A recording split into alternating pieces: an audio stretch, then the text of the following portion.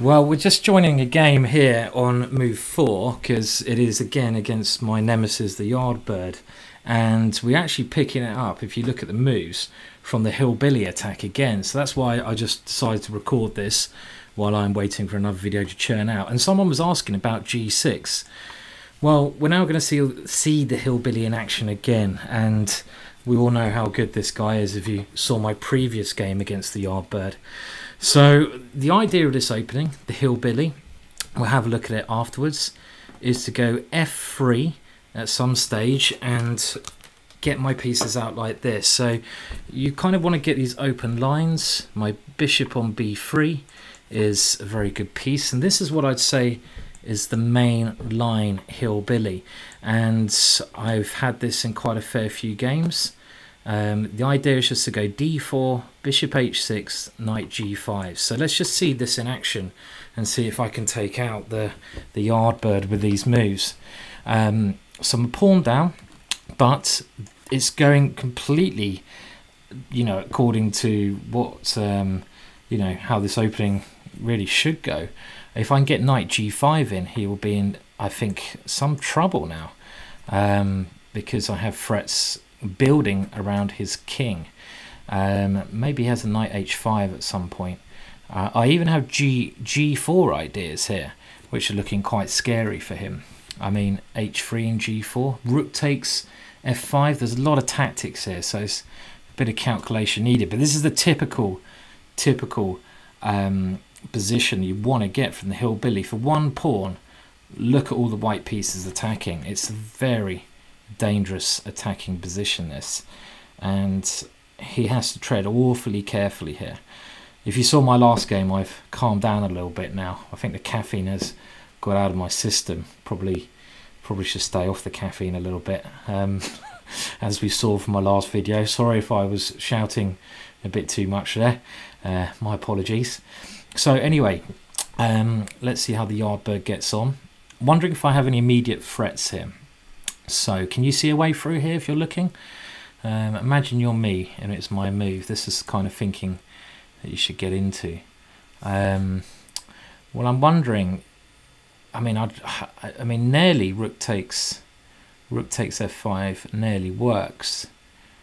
Probably a lazy way to play this if I can't see a good move. Let's say he goes c5. c5 would be a good move from him, actually. Maybe I'll just go rook d1, but a lazy way for me to play would be h3 and g4, because this bishop on f5 is very badly placed. So I can certainly consider that now. I've also got rook takes f5 here. Such a tempting move, but I can't see it working. Okay, well, let's just keep my time advantage and just threaten to go g4. This is a useful move to play. This bishop is in a lot of trouble. Maybe his position is bust. 13 moves with the Hillbilly. Okay, so he's trying to meet g4 with this move taken on d4. So I have got knight to a5 here and then g4. That looks incredibly strong, but I don't want to mess things up against this guy because I nearly always do. And okay, well, I think this is good to try to get his queen off my d pawn.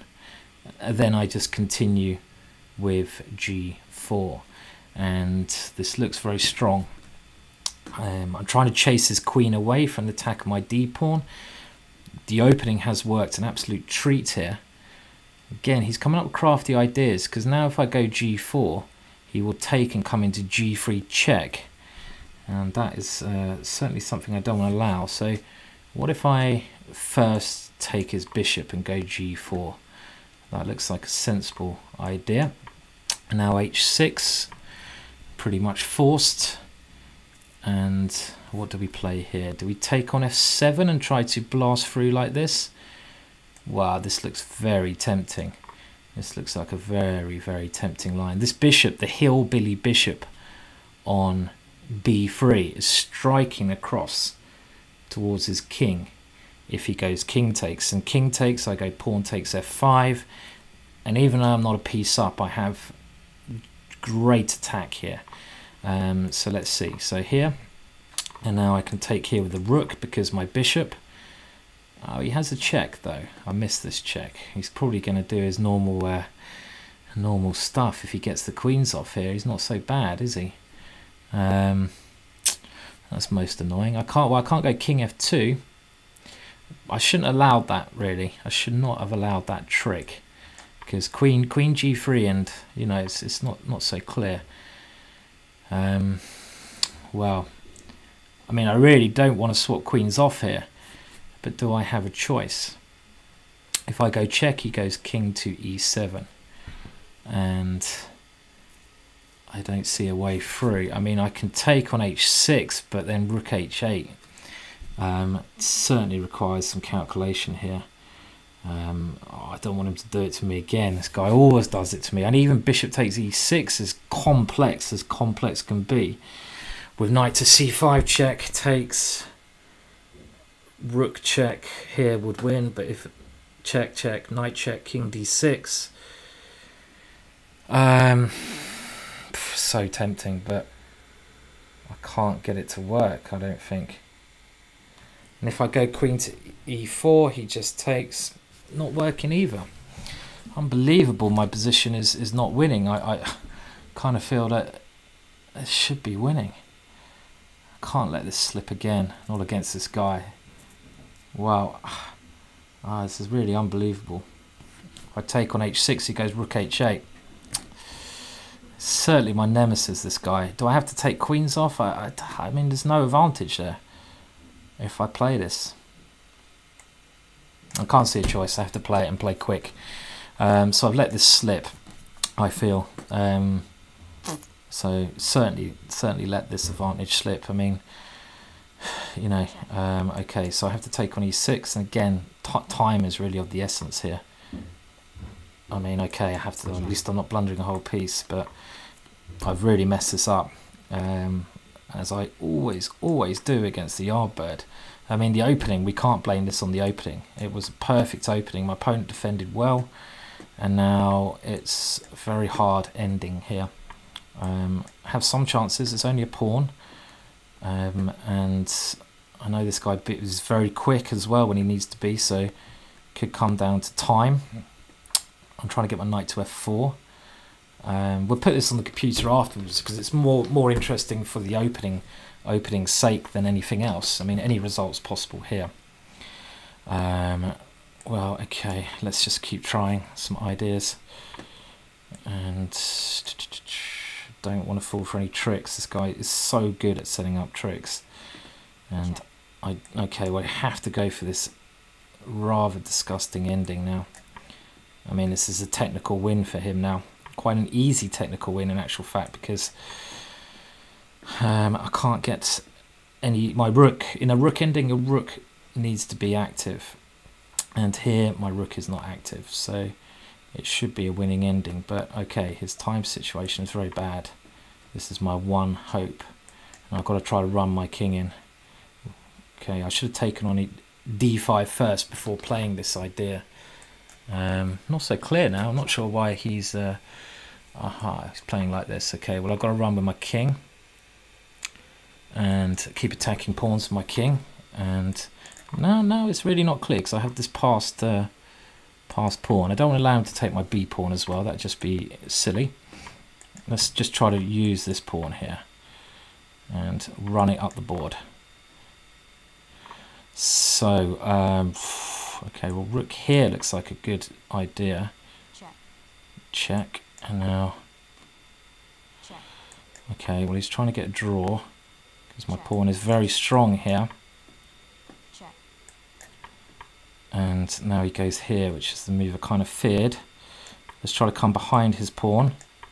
My d pawn is still very annoying here, so it's a strange position. But this d pawn could well actually win the game for me, because look, I have this trick taking on a2, and now, wow, this is a winning position certainly for me now. Just well, okay, that's unbelievable. I actually managed to beat this guy from that position. Okay, well, that feels good in the end.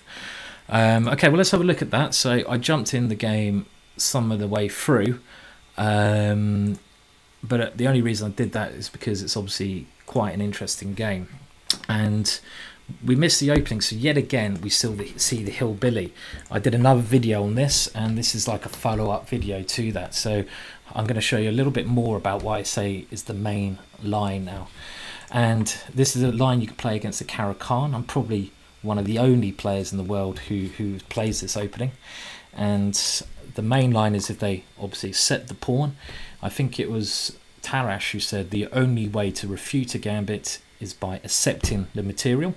And now the point is my queen flies in, and now g6 guards against f7, and now the queen comes to h4, where it attacks the pawn, and it's nicely placed on the king side, and knight to f6 defends the pawn.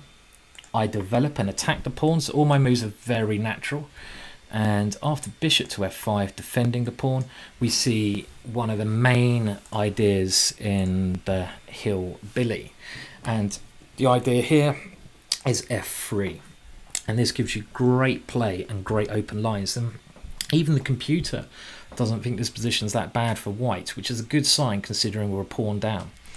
And the point is, after we get this position, we got an open f file, we're going to go d4. Our queen is beautifully placed on the king side, as we see. I mean, this is all very natural, all my pieces attacking.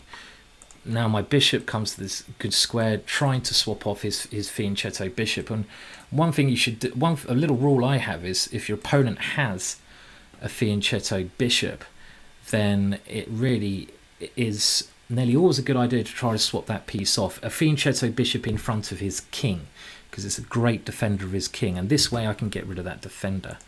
And now after knight g5, it looks very dangerous for him indeed here, because I have eventually some threats against h7. And now, okay, well, the computer now points out a very nice win, which, yeah, of course, that's quite simple actually. I take here, takes, and now I play g4. I don't need to play h3 first. He can't take with the knight because the queen takes h7. And if he takes with the bishop, then I can go knight takes f7. Very simple. And if king takes f7, well, we can just try to checkmate the guy here, here, and now queen takes g6, and his king is living on the edge. Don't know, that looks like, okay, that was a possibility, but I think the way I played it was also good. Well, not quite as tactical, so I kept the pressure and just played h3 here. And now my opponent tried this move, well, knight to a4, and after this position things looked very bad for him. h6, and okay, where did I go wrong? The only thing I want to see here is in this position I must have missed something incredibly strong. Okay, so I mean I took on f5, which allows him to get back in the game. Great defense by Yardbird. But had I gone rook here first, bringing my last piece into the attack, very natural, if you don't see an immediate win, bring your last piece into the attack, well, now I keep the pressure up against e6. But even the computer says this is not so bad for him. Okay, well, let's have a look. Was there any good move here? No, there wasn't. He's better. Unbelievable defense by him. And, okay, I managed to win the ending. He obviously misplayed the ending there, and you know, I got pressure in the ending with my passed pawn. So I'm just wondering around here, was there any other way I can win here? Not so easy.